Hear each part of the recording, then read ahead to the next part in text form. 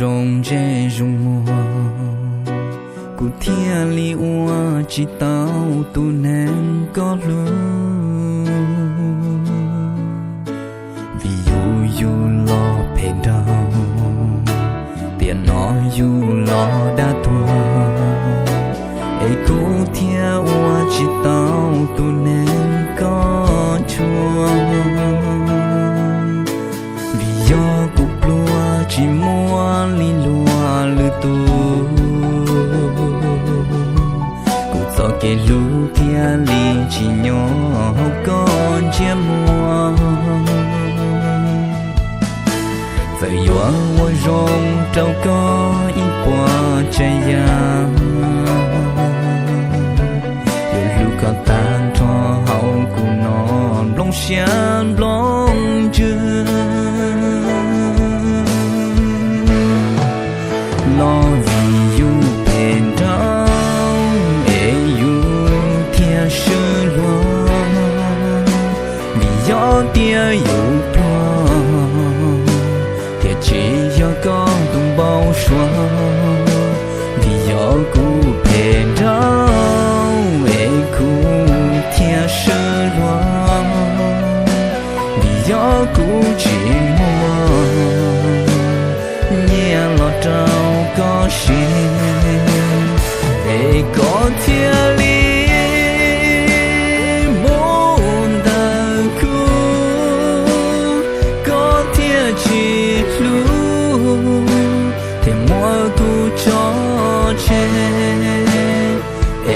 con thiên lý muốn ta khu cho kẻ chú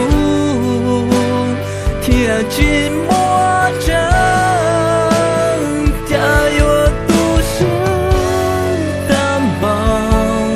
lý nó lũ của mùa lo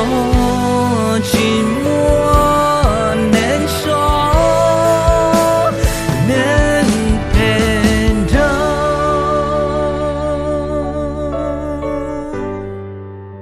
à gì, thì lúc cao luôn chắc có theo nó đâu cũng. Chủ tàu ở Phèn, có bao ngày tiền, có yếu trong đâu cũng một cha, cũng nhìn chú không mình đã xuống năm nào.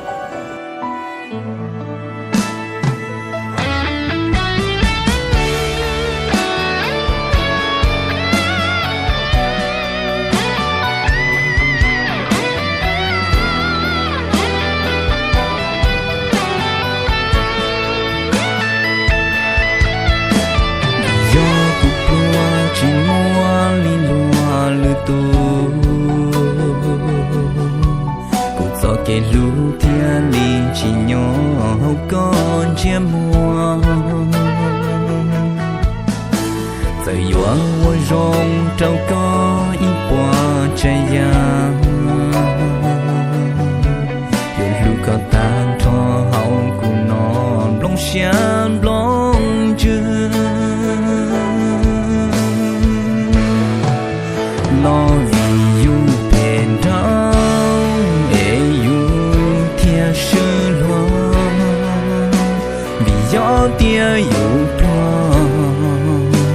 thì chỉ do con tung bao xóa vì gió cũ bền đau ê cũ tia sư loan vì gió cũ chỉ mua nhẹ lọt trao có xin ê có tia ly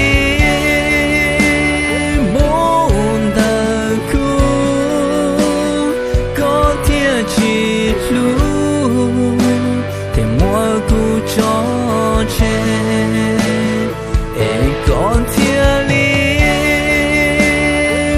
muốn ta khu cho kẻ chú thiên chín mua trắng